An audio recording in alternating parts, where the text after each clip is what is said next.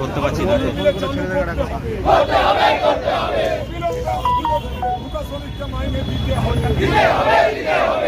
গত ফেব্রুয়ারি মাস থেকে বন্ধ হাওড়ার আরতি কটন মিলের শ্রমিকদের বেতন।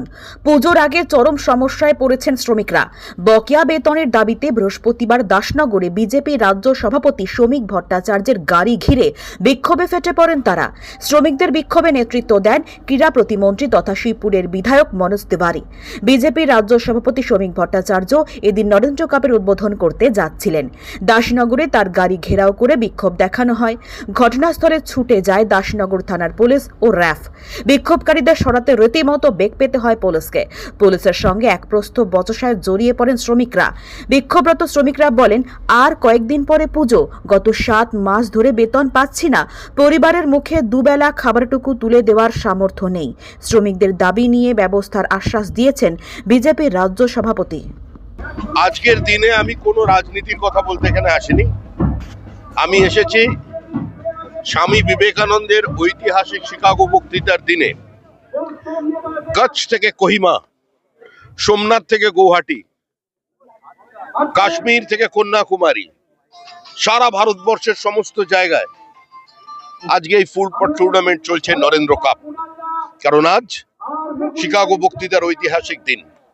পরাধীন ভারতবর্ষের মাটিতে দাঁড়িয়ে যিনি বিশ্ব শান্তির স্বপ্ন দেখাতে পেরেছিলেন, ভারতীয় বহুত্ববাদ, ভারতের মত প্রকাশের অধিকারকে যিনি সারা পৃথিবীর মানুষের সামনে তুলে ধরেছিলেন, তার প্রতি সম্মান জানাতেই আজকে 11 তারিখ থেকে 17 তারিখ পর্যন্ত এই নরেন্দ্র কাপের আয়োজন করা হয়েছে। আমার উদ্দেশ্য কোনো রাজনৈতিক দলকে আক্রমণ করা নয়। কোন মন্ত্রী প্রতিবাদ করেছেন? মিল বন্ধ থাকলে মিলের মজদুররা তো চাইবেনি সেটা খোলা হোক, তা আমিও চাই।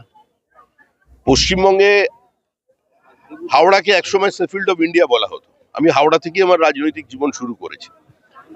তো 40 বছর আগে বেলিলিয়াস রোড, বেনারস রোডে যে চেহারা দেখেছিলাম আজকে তা নেই। পশ্চিমবঙ্গের বহু কলকারখানার দরজায় শুধু তালা পড়ছে না, সেই জমিগুলো বিক্রি হয়ে যাচ্ছে। এই অবস্থার যাতে পরিবর্তন হয়, পশ্চিমবঙ্গে ভারী শিল্প যাতে একটা পুনরুত্থান দেখতে পায়, এখানে যাতে নতুন বিনিয়োগ আসে এবং সমস্ত বন্ধ কারখানার দরজার তালা খোলে কিংবা সেখানকার মেশিনের ধোঁয়া দেখতে পায় মানুষ, সেটা তো আমিও চাই। প্রতিবাদ এই জন্যে কেন চোখে দেখা যাচ্ছে না?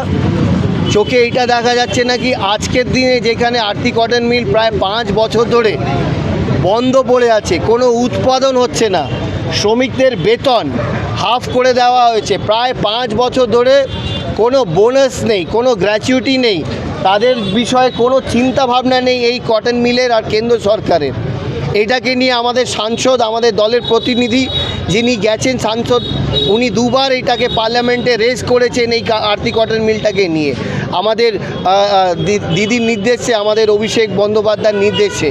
তারপরে আপনি ভেবে দেখুন তো, যেখানে আরতি কটন মিল বন্ধ আছে সেইখানে বিজেপি সরকার এই নির্বাচন আসা সময় এসে গেছে বলে এইখানে ফুটবল করিয়ে মানুষের মাঝখানে দেখাতে চায় কি সারা বছর আর বিভিন্নভাবে তারা কর্মসূচি করে মানুষের পাশে তারা দাঁড়িয়ে আছে।